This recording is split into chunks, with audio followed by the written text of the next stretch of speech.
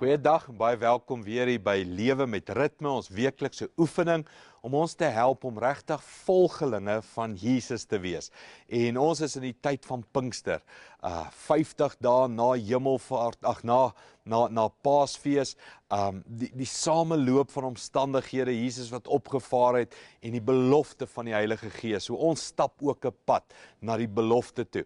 Ons het gepraat oor die vrug van die Gees, liefde, iets van die uitstorting van die liefde in ons hart.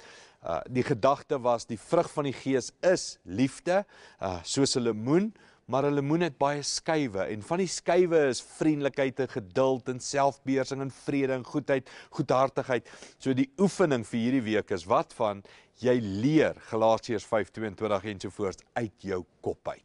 Met ander woorde, die vrug van die Gees is liefde.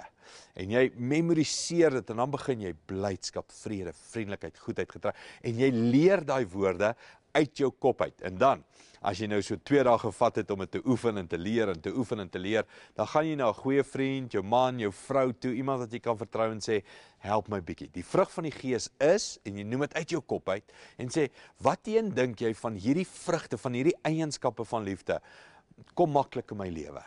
Ek's maklik vriendelik, ek's maklik geduldig, dit kom maklik in my lewe, ek doen goed met hom, my werk in my lewe.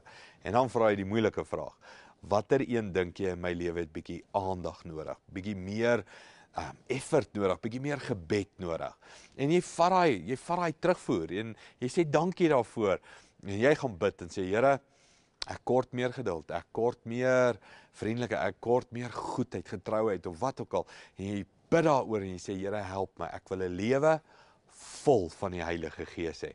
Skryf vir ons, gee ons terugvoer, wat het hierdie oefening aan jou hart gedoen? Hoe moeilik was dit om daai gesprek te hê van, waarin is ek goed, waarin kort ek groei? En geef ons terugvoer, dat ons saam met jou kan groei in vrug van die Heilige Gees. Goed gaan, sterkte, geniet jou oefening, sien jou weer.